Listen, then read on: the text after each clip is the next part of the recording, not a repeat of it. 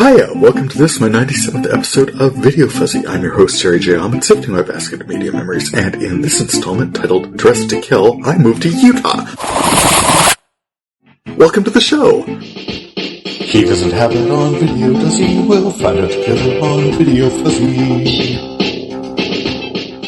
You heard me right. Ever since, about 5 a.m. on November 6th, Ralph and I have been freaking out about America's little off-roading adventure into all three branches of its government being directed by fascists at the Heritage Foundation. I've stopped being surprised by my countrymen's apparent inability to recognize when we're being manipulated emotionally into making truly disgusting choices, but we will do what we can to protect ourselves. The 2 months since that outcome have not becalmed us, though the incoming administration is looking a bit rudderless. If everything is top day one priority, then nothing is, and the people he's putting in charge of stuff don't have a lot of experience with governing. Just hoping for the best. Last time I mentioned I was readying a farcical production of a Dickens Christmas Carol for the stage with Dakota Stage Limited.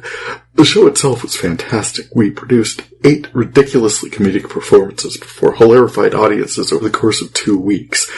In downtown Bismarck. Now, I've already told you about that one guy who flashed a white power symbol to me in Mandown. I think that was towards the end of episode 68. Pretty good year. Just in the last month here, I was walking to rehearsal a couple times. Some guy started yelling something out his car window to me. I couldn't hear what it was, but it felt not right. One guy was crossing the street also had to share some comment with me, but there was traffic. I couldn't make it out. It was like, what? I've lived here a long time. I'm just a guy out walking. No one needs to roll a window down and yell anything at me. Call out at me, nothing. There was one night I was crossing the street near the theater. I double-checked. I definitely had the walk signal. Van nearly ran me over. It didn't stop afterward to see if I was okay either. What the actual hell? And whatever I've experienced, my husband Ralph has been singled out way more often. Honestly, we have been feeling some weird energies around Bismarck for a while, and, well, most people have accepted us as a nice gay couple down the street who keep their lawn mowed and the trash picked up and don't have big pride flags all over the place because Molotov cocktails. Enough is enough. So we move to Utah? Well, yeah, that has definitely raised some eyebrows. Utah is no less red than North Dakota. But we felt if we could secure some kind of housing situation on Ralph's tribal lands, we could live on sovereign land while we figure out what we're gonna do, and the proceeds from the sale of our home would likely help with that for the foreseeable. In the meantime, the application process is a process, so we're a little bit homeless in about the same way we were in 2012. But on the plus side, Ralph's got a gaming system to play through, and I've got all my binders of DVDs with me, so let's get cataloging. And now, VideoFuzzy presents Fuzzy Feature. I've been puzzling over having a fuzzy feature this time, not just because circumstances frankly overwhelm, and I wondered if I'd even manage a podcast, but also because a lot of different entries compete for the spotlight in this set. I've got the pilot episode of Sci-Fi's Caprica, the pilot episode of Supernatural, I've got pilot episodes of Archer, Human Target. It'd be fun to compare and contrast. I got the aftermath of that plane crash in the 6th season of Desperate Housewives. Oh, speaking of plane crashes, some interesting late season episodes of Lost turned up in here. Something was standing out to me about the Sherlock Holmes retrospective they were running on TCM, a couple of installments of which turned up at the end of the cataloging efforts last time. I'd archived a 1946 entry called Dressed to Kill from Turner Classic Movies, disc 1695 in my classic collection. I'd also recorded a 1941 Michael Shayne entry by the same name to disc X538 in my current collection from FXM Retro. The 1941 entries kind of backlot and rangy, the production taking a few malodorous swipes at actors of color and gaze and the telling of a perfectly bizarre locked-room murder mystery. There was no figuring it out ahead of time, but I did enjoy a few parallels I noticed with Glass Onion, a Knives Out mystery, and it made me hungry for the next installment in that series. It'd be fun to see Benoit Blanc up against Sherlock Holmes. In the case of the 1946 Basil Rathbone and Nigel Bruce as Sherlock Holmes and Dr. John Watson production had it, Dressed to Kill. The camera followed the narrative walls about, so we, the audience, knew exactly who had done it and were following breathlessly along to see how Sherlock Holmes would catch them.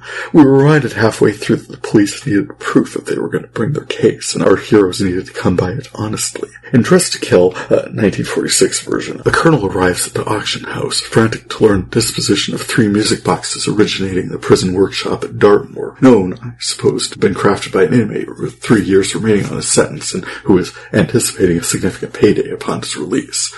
The Colonel demands to know who purchased the boxes, and on the story that they held great sentimental value to him, which the auctioneers knew the provenance of those boxes and could have been expected to see right through that lie, was able to secure the names and addresses of 2 of the bidders. The name of the third, a young woman, was somehow unknown to the auction house, despite her participation in multiple past auctions. None of these 3 bidders seemed especially anxious about their bids. In fact, only 1 box garnered multiple bids, secured in the second round, and the third to someone else, a Scotsman. So the Colonel's sudden interest, apparently he'd only heard of the availability an hour before, far too late to participate, would have stood out for sure. Cut to lounging at 221B Baker Street. Watson's latest melodramatic recollection of Holmes' deductive exploits has just appeared in The Strand, and Holmes is roasting him mildly for his melodramatic storytelling tendencies when Julian Emery, old school chum of Watson, tumbles in from the street, one bandaged head the worse for wear from an altercation with some idiotic cat burglar he'd encountered pilfering among his music box collection. Holmes inquires further and learns that there were hundreds of pounds worth of boxes to select from, but the thief, almost certainly that Colonel from the auction house, or hired by him, only took the one he'd most recently acquired. God, it's fun to write like this, what? Anyway, Holmes is on the case. He notes the average petty thief better knows the value of an objet d'art than the average collector. Also, once the collector was knocked out, he could have made off with so many more, but Emery described the music box as a cheap one he'd acquired in the south of France, so we know the backstory doesn't mesh as we'd expect. Holmes warns Emery to look after himself, though both Emery and Watson dismiss his concerns. Right on cue, a femme fatale of Emery's acquaintance asks to pop round and take a peek at his collection, and the first one in her hands is the one he had acquired from the auction. She praises it, asks for it, and Emery affirms that he collects, he does not sell. Then the Colonel's driver, early called out for his fascination with his socialite, sneaks in and murders him with a throwing knife. What a day, right? She scolds him for his stupidity. She was about to make off with it as a gift, then hands it off to the Colonel. The next day, the police call Holmes and Watson back to Emery's place. Holmes is certain the music box is at the center of the plot, and they make their way to the auction house, where they learn of the other 2 boxes and where they came from. They also learn that the Colonel has plans to return the following day. Holmes also learns where the second box had gotten to. Further investigations take them to a Cockney housekeeper wearing Carol Kane's hair from The Princess Bride, who's, "Oh, thank you, love, I can't stay." She lets them in and goes off in a cab to the theatre district as Holmes and Watson discover the young girl she left behind, tied and gagged in a closet.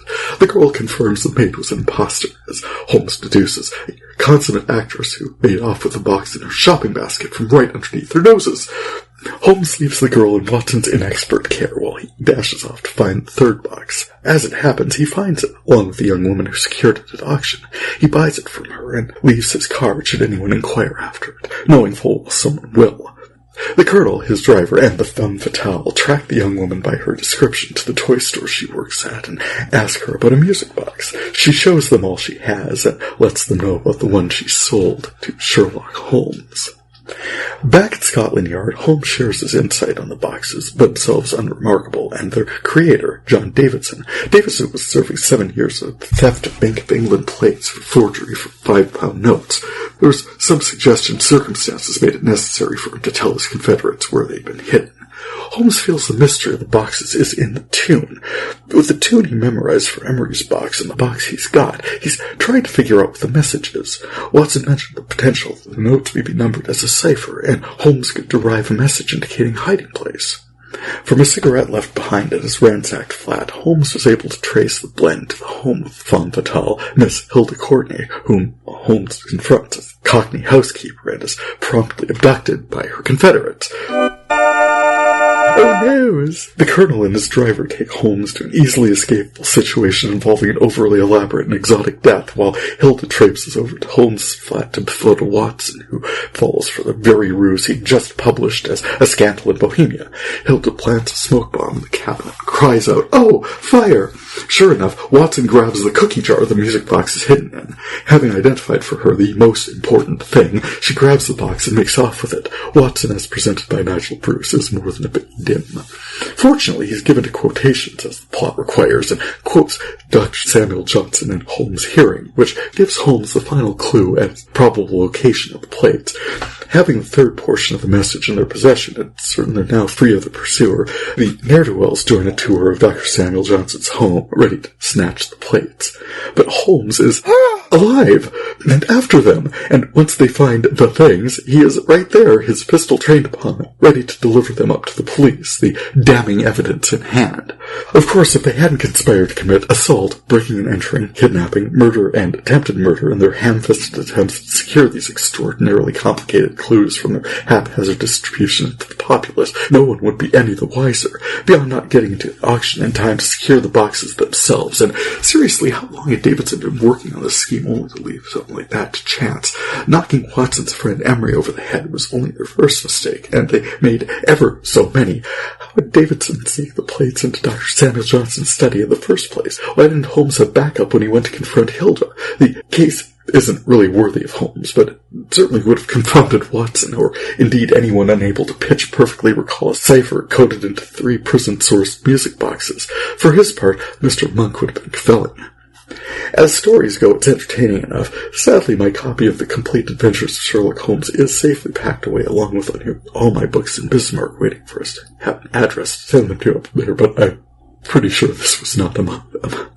Oh, I mentioned them up there, the parallels between the 1941 Michael Shayne Private Eye version of Dressed to Kill and the Glass Onion release were glancing, but I can share this much without spoilers. I enjoyed how a murder was plotted to take place at a dinner party among movie star socialites by means of automated archery. Glass Onion revisited this concept for a murder party goof. Pro tip for the next time: don't invite the world's most insightful detective.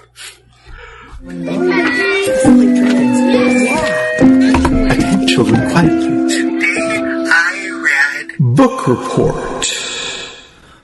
I wanted to get this in here as high as I could. We're coming up on the release date of the second installment of Kemper Donovan's Ghostwriter series, titled Loose Lips. This one set entirely on board a ship.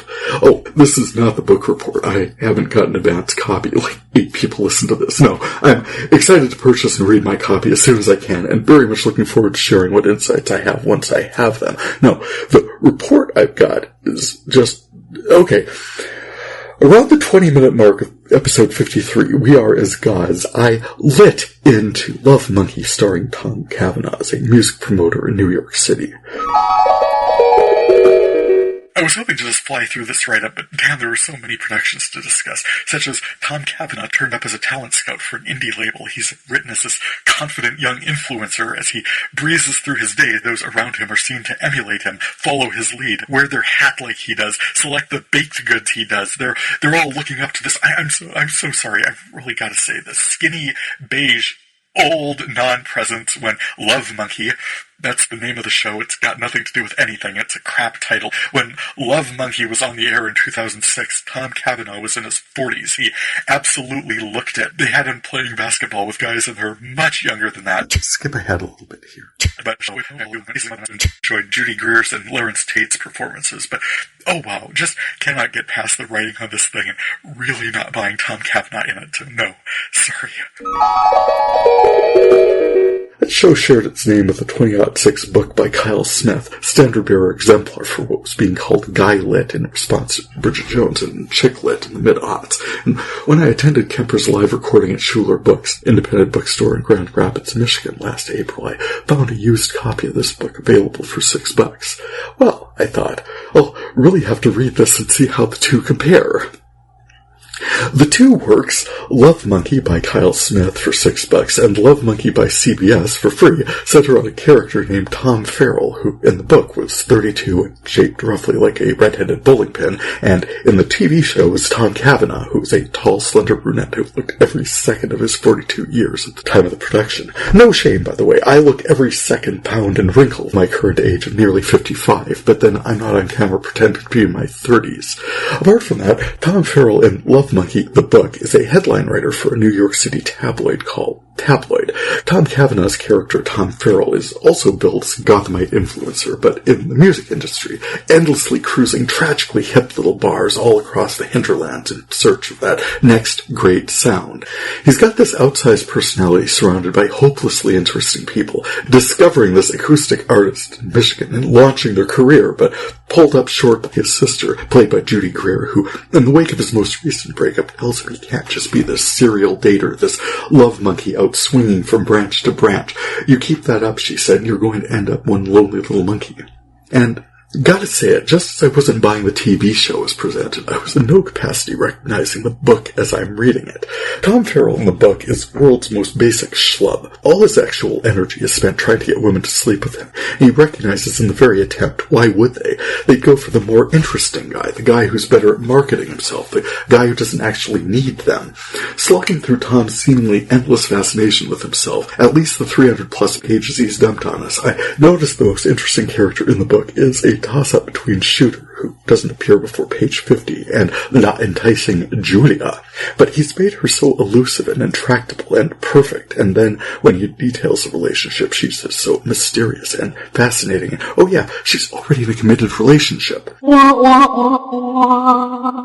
Yep, she's in a relationship with someone else, Dwayne in Connecticut, who he meets when they both attend a dance recital she's in. Tom's trying to be cool about that, although he's absolutely doing every possible thing to demonstrate that he's in every possible way a step up from the, in his words, tall, beefy dork every woman dreams about if you're into that sort of thing. She and Dwayne move to Mexico. Dork inevitably disappoints her, then 9/11 happens, and just... Damn it, guys, I'm not enjoying any aspect of this story. I said Shooter was interesting, but like the flavor of vinegar is interesting. Shooter thinks the world is stacked against men, so he approaches all his relationships adversarially, a gladiator of love. When we meet him, he goes on for 3 pages why women are awful, even referencing Abigail Adams' demand for equal rights as a bad thing. And then we get this Weehawken community theater scene in the back of a bar where he gets his idiot friends to maybe pick a fight with him so Tom can be the hero in front of her and save the day. I mean, what the hell was that? Tom, Shooter, the interchangeable women, the outdated attitudes. Frankly, the book itself constitutes this relentless sensory assault by testosterone, and okay, well, fair enough. It's been on my to-read list since I got the thing last spring, and now, while enjoying a bit of downtime, I finally read it, and having done so, here's my review. Wasn't worth the watch, wasn't worth the read. I do not know why either the book or the show exist, but well done, Kyle, for getting someone to publish it.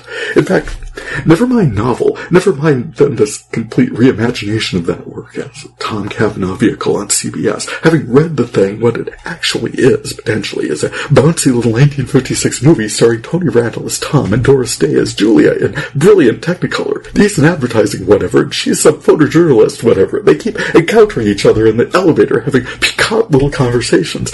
All the while, Tony's distracted at every other opportunity by, his mother calling him, or he's chasing after the plant watering girl, or the boss's secretary, or the coffee girl. Professionally, he's distracted from all of this by some mysterious new client he's meant to write copy for, though he can't nail down the product or the angle. But as he's trying to learn more about it, his boss is always after him for some descriptive copy. The copy is keeping all these women individually unsatisfying and each manifestly unsuitable for relationships from knowing about each other, with each situation inspiring his copy in one way or another.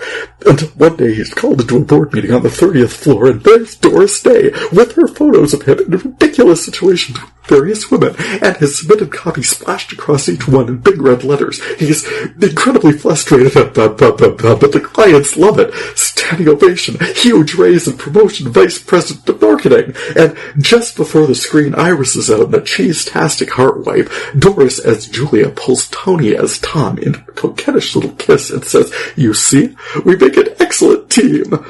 The heart opens back up on their wedding and zooms back in on the back of their car driving off just married. You might notice that none of this adaptation has anything to do with anything, but for Christ's sakes, the same could be said of the book and the TV show. So, yep, having endured that, again, twice, I'm very much looking forward to reading Loose Lips in not too long from now. The book is available for pre-order in the US, link in my show notes, or any independent bookstore you prefer. Kemper, take me away. I associate many things with many things. Cross connection. So, I mentioned Glass Onion up there, we determined a while back that Daniel Craig as world-famous detective Benoit Blanc has a direct link to the mystical centers of my media collection, identified as Studio 60 on the Sunset Strip, 6 Feet Under, Ryan Murphy Productions, and Joss Whedon Productions. So, we can get him through Kay Callan's great Anna Winetta in Knives Out, her appearance on Ryan Murphy's Nip Tuck, but also through Kate Hudson in Glass Onion itself, with her appearance in Ryan Murphy's Glee.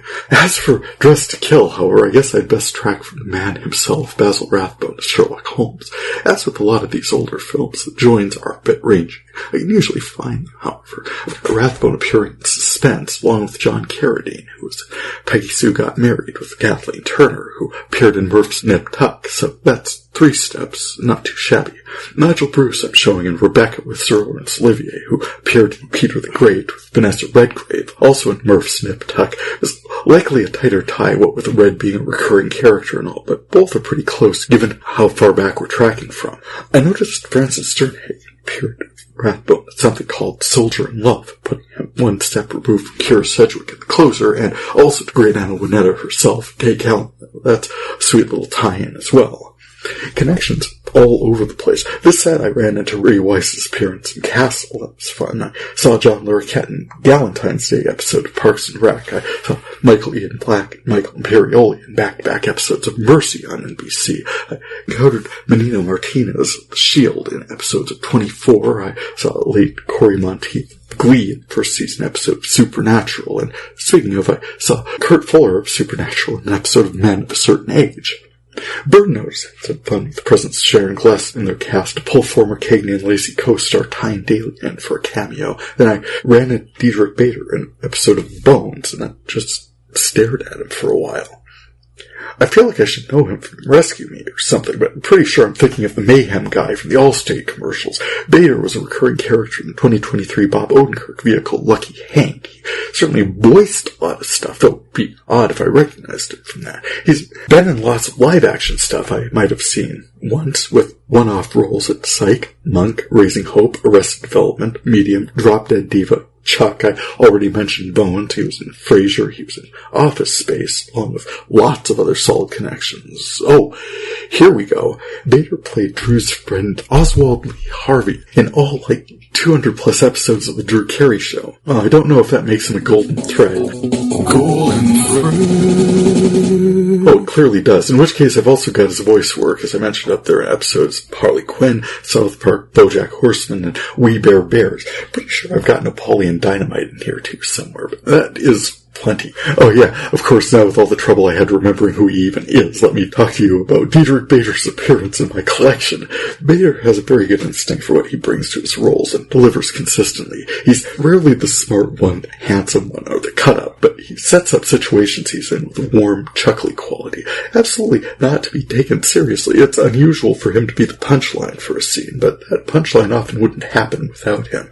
Despite even now suspecting I may be misremembering him as David Walton in some appearances, I enjoyed recalling his presence in these productions. I'm glad I finally figured out who he was. Cheers!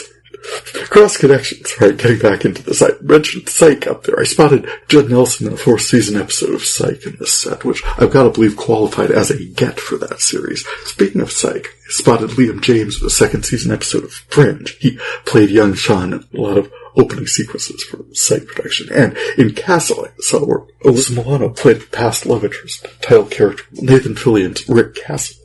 Charming. Diving into my classic collection.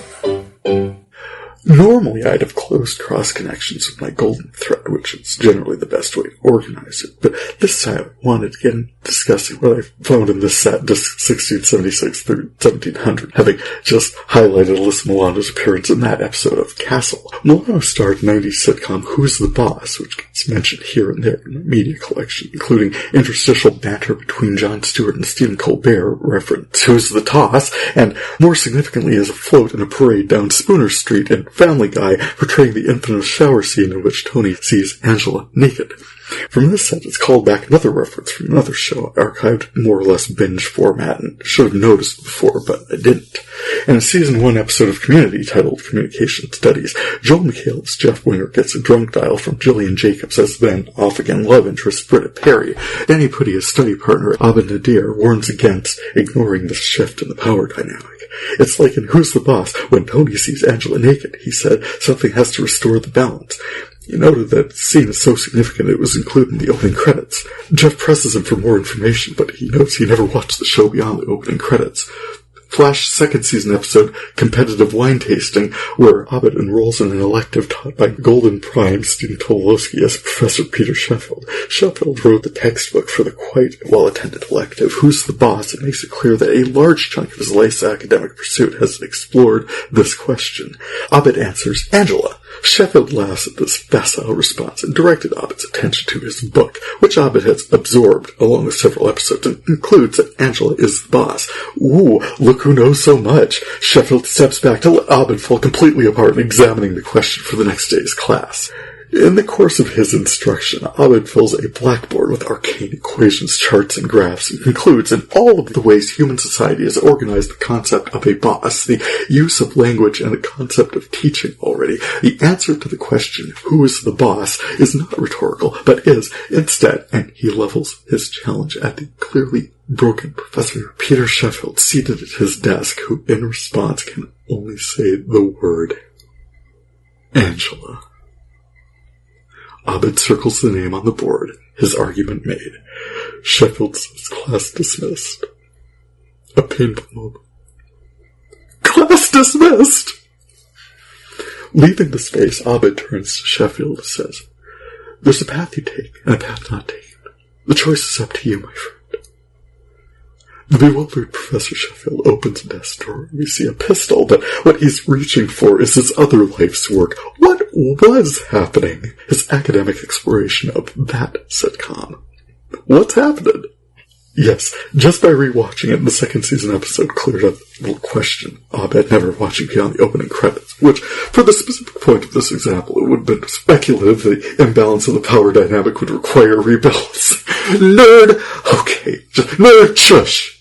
He saw the opening credits, he read the textbook, he watched episodes of Who's the Boss, probably, yes, even first season episode, briefless encounter in which that scene took place. Stuff happens off screen, and for Frank's sake, we're talking about Abed. It's a sitcom. He could probably extrapolate entire seasons of that show if he'd never seen it.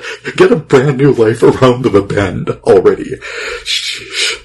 Onward. Well, I said there were lots of things I'd have featured if I hadn't chosen Dress to Kill. The compare and contrast of the pilot episodes of Human Target and Archer. Of the two private espionage and paramilitary operations for hire, Archer is the more believable because it is actually a cartoon. In the Human Target pilot, I thought Mark Valley as Agent Chance being selected as a hostage in the cold open was unlikely at best.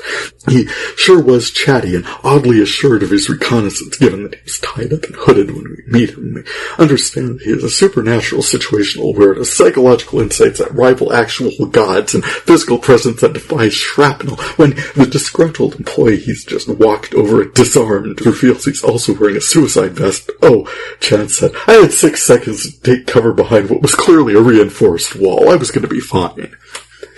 I saw that explosion. It killed other people in the building. It killed the building. It took out multiple floors. Whoever called you in wouldn't consider that job successful. No company on the planet would underwrite the business model I saw demonstrated in this operation. That and Agent Chance was taking a huge one, being so cavalier with this operation. If he didn't know the guy might explode, then he didn't have all the intelligence he thought he had, and the situation was not contained.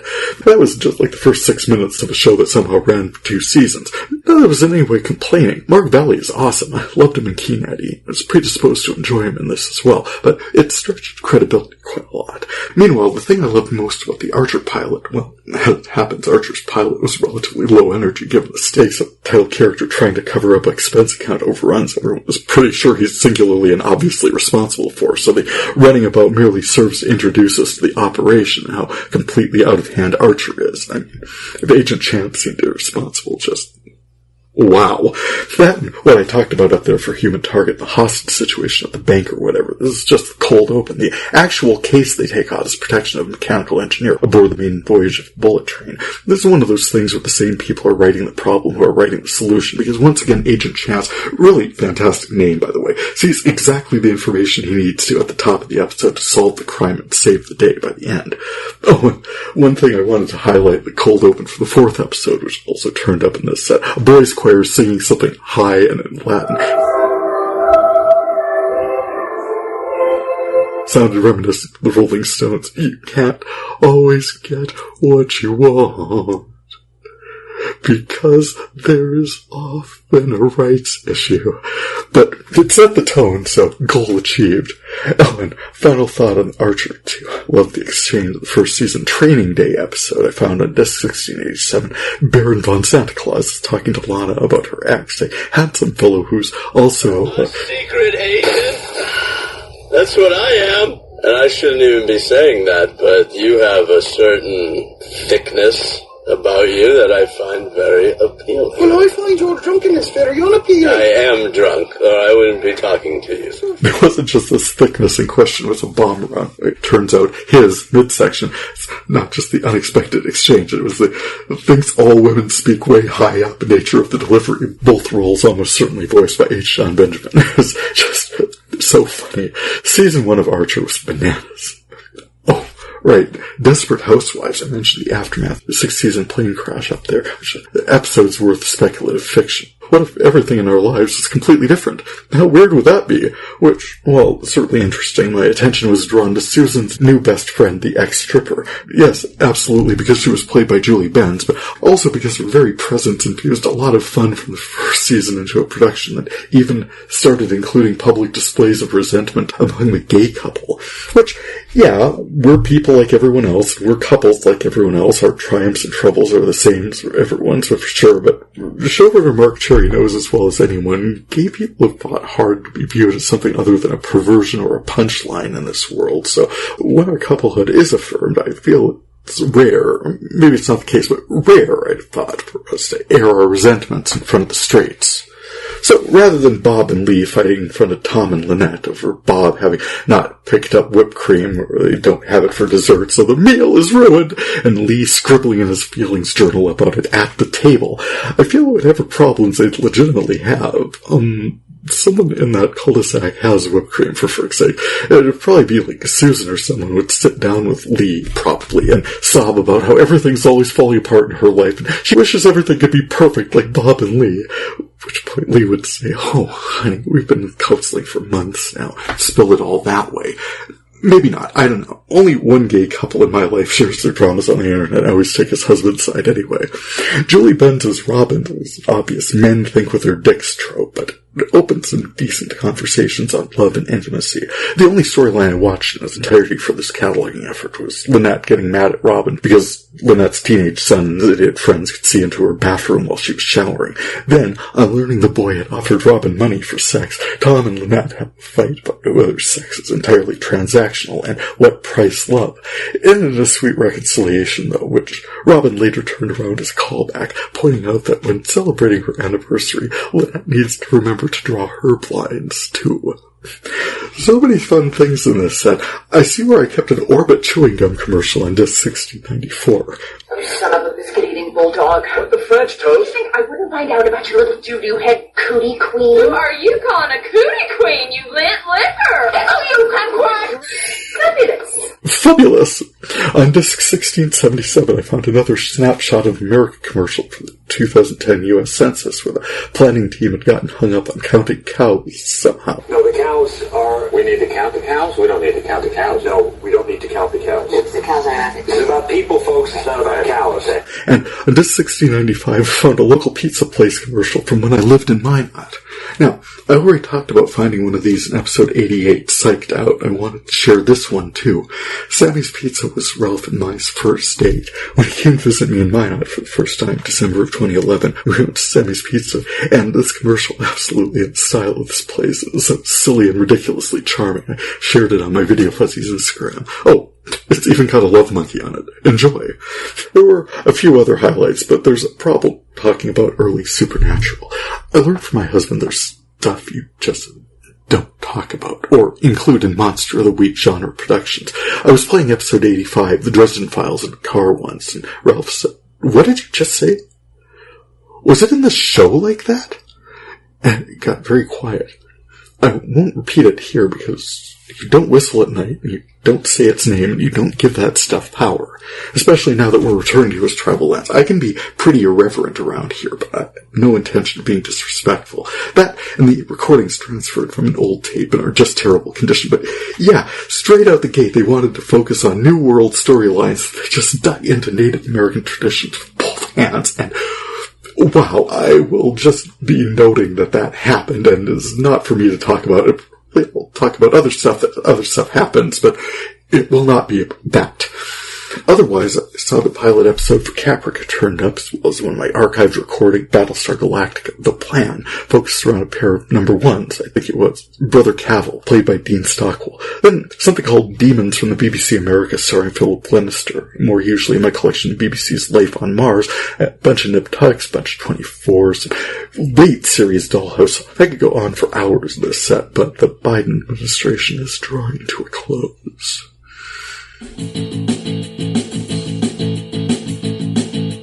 Checking out my current collection.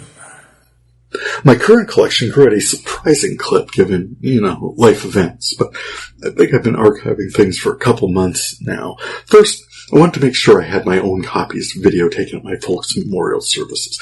You can't and you shouldn't archive the entire internet, but I don't love relying on other people's hosting services for important events, even someone is committed to getting it right as a funeral home. So I recorded my dad's service and my mom's, and I did a search for my aunt's, which I did not remember had been hosted as a Facebook video, which is probably the most shareable format. I absolutely wanted to save my own copy. Along with the service, my cousins shared about 1 million photos and saved those too. As we were packing, I found a disc with my friend Edna's service recorded to it from 2016. I remember filming it so I could share it with family members who were unable to attend, and then editing it together. I also found lots of copies I made of Ralph and my wedding service from 2015, which I guess I made too many. Oh well, it's better to have too many than not enough.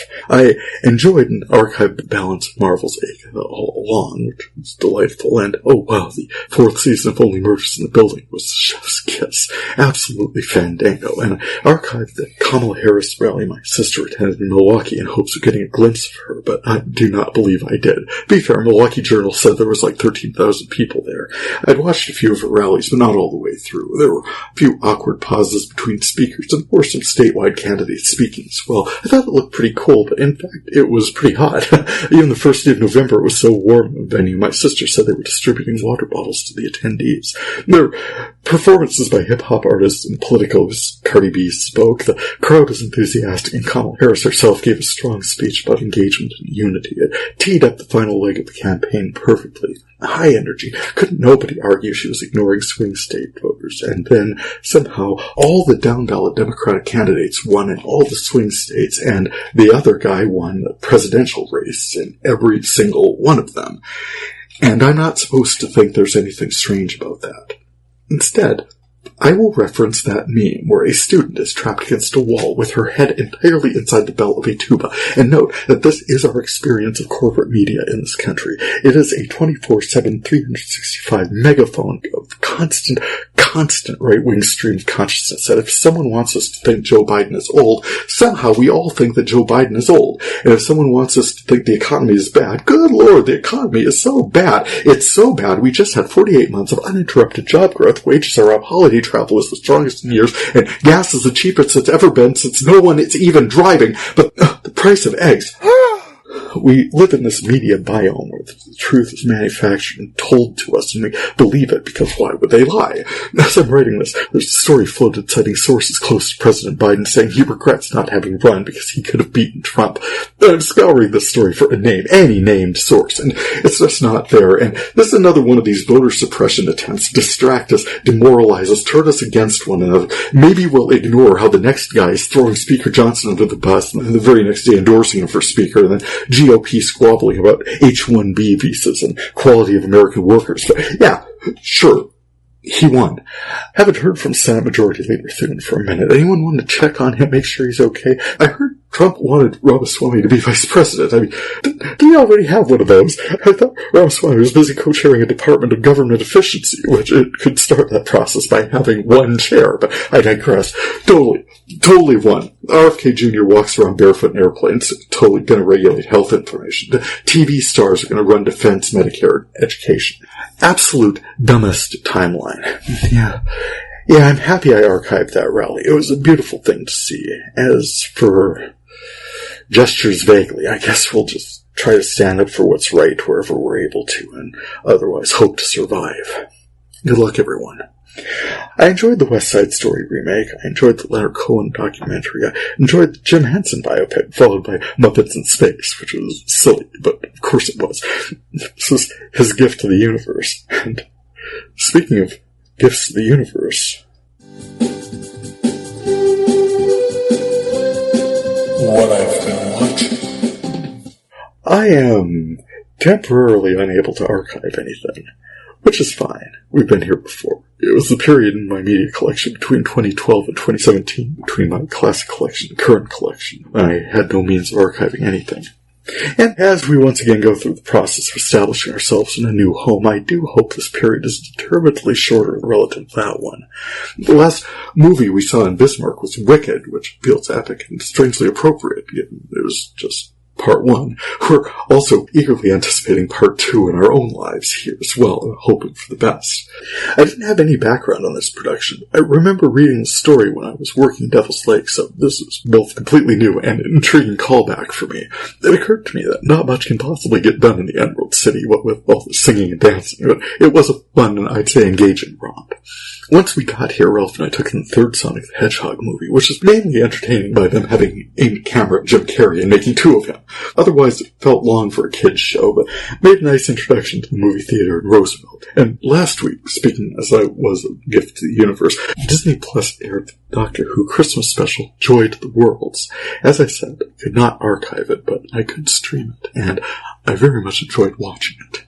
See, I don't know how much I can talk about the Doctor Who special. Last time I didn't talk about much of any of it before March, which by the time of that recording, honestly, anyone who wanted to see it, certainly within the sound of my voice, would have done so. My goal here was to have something written, recorded, edited, and posted by the first of the new year, so by the release date of this episode you can see how well that worked. Since the episode aired Christmas Day and I'm talking about it here, you can make what decisions you like about spoilers, because beyond this point, these spoilers. The reason I put this whole conversation at the end. Still with me? Off we go. We are introduced to this episode at the height of the Blitz in London, and actually on the Orient Express en route. We find ourselves halfway up Mount Everest, each point intersected by a very service-minded doctor handing around a microwave toast and a pumpkin-spiced latte.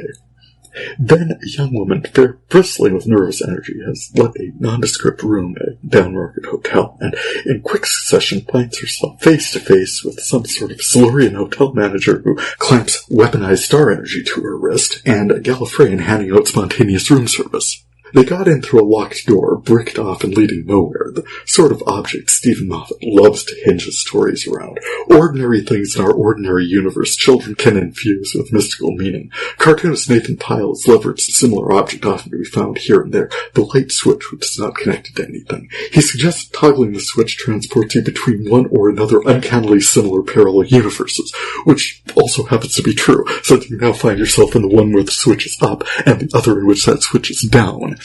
In this case, the Doctor was running about trying different doors in something called a time hotel, where it's always Christmas and the guests travel to different points in, for some reason, human history. It seems very Earth-focused for the distribution of weaponized star energy. I guess the arms dealer developed the star energy sometime in the distant future, and then Time Hotel allowed them to send it 65 million years into the past. Attached now to the wrist of a now drone named Joy. Joy was taken over by the star energy. Doc had to hang out in his hotel room with his employer and eventual friend, I think named Angela, for another year till it was Christmas again, then enter a hotel through another locked door in another hotel room in another hotel, so as to provide a code the case holding the star energy required so as to not kill Joy. Wow. That was a lot. On its way to Joy, the star energy glommed itself onto a courier, a bartender, a concierge, a hotel manager, and then Joy. Joy seemed to go into a trance, happy enough to become infused with star energy since her life was meaningless and hateful to her, having failed to save or even comfort her mother in her deathbed 4 years before. The Doctor was able to pick away at that rage she felt inside until Joy could once again think for herself, rail against the unfairness of that situation, become sufficiently self-possessed that the case slipped off her wrist. It still wanted to possess someone, though, and apparently took over the body of a T-Rex. Oh, hey, 65 million years ago. The Time Hotel offered different ways to reacquire the case. After all, the dinosaur that ate it died millions of years ago. It was located again behind a wall in a cave that the Doctor could access by stealing some rope from the Everest expedition, securing it through a portal chugging along the Orient Express, and dislodging the stone from the cave the case was in. Joy found it again and absorbed the star energy. Convinced it was no longer a weapon, it became part of her, and she became part of it, and joined the firmament of stars in the night sky. Well, it shed some light, so to speak, on the world Tennant's Doc explored in 42, the concept of sentient stars. The final moments of the episode were quite beautiful and suggested that Joy, or the star Joy became, gave people hope in their individual circumstances, and Doc figured out what she'd done and left the situation as it was, probably all the better for his involvement there at 1 AD, near Bethlehem. Merry Christmas. By the end, the title character, Joy, tells the Doctor to find a friend. He kind of had. He spent a year working at the hotel with his only other employee, the desk clerk. I think her name was Angela. He spent a year living in the hotel room, led by Joy, who, as we met her, was a ball of nervous energy, fizzing with self-loathing after stupid rules kept her from seeing her mother in hospital at Christmas of 2020. It was good to see some resolution on that as well. And with that, I should really finally get this into the feed. Thank you all for checking in my video cataloging project. You can check out my catalog listing along with audio links at VideoFuzzy.blogspot.com, and for past episodes, add, follow, subscribe to VideoFuzzy everywhere you get your podcasts. And if you get a chance, check out my VideoFuzzy soundtrack entries as well. Feedback is always appreciated. You can contact me through my blog and podcast sites via email to tjaman1970@yahoo.com or through my VideoFuzzy pages on Facebook, Instagram, and Threads. For VideoFuzzy, I'm Terry J. Hum. Happy viewing! It might be amazing, it might just be scuzzy. We'll find it together on VideoFuzzy. Quick note past the credits. First and foremost, we made it. Happy New Year. As I said up there, we're nervous about the transition to the incoming administration for reasons I highlighted, but it's also true we could experience that anywhere. We've experienced kindness as well, both in North Dakota and here in Utah. A friend asked her friend circle today what we were doing to nurture happiness in the new year. I responded best I could. We're trying to stay vigilant and be kind, however far that gets us. She wished us safety and happiness in our new home. I wish this for everyone. My first public post on the subject noted we may be massively overreacting, but as an interracial gay couple, we're not the target of the immigration fear and rage conservos apparently feel all the time. We are definitely at that end of the Niemöller poem. As such, we may not be safe anywhere, but we can absolutely be kind. As for me, since you're hearing this, we have proof of concept. Seems I can absolutely catalog, write, record, and edit this thing from absolutely anywhere. The sound may be different, but the emotions are real. Love you all, my video fuzzies and sound trackers. Thank you so much for checking in on me. Peace on your hearts and kindness always. All the best for 2025. Onward!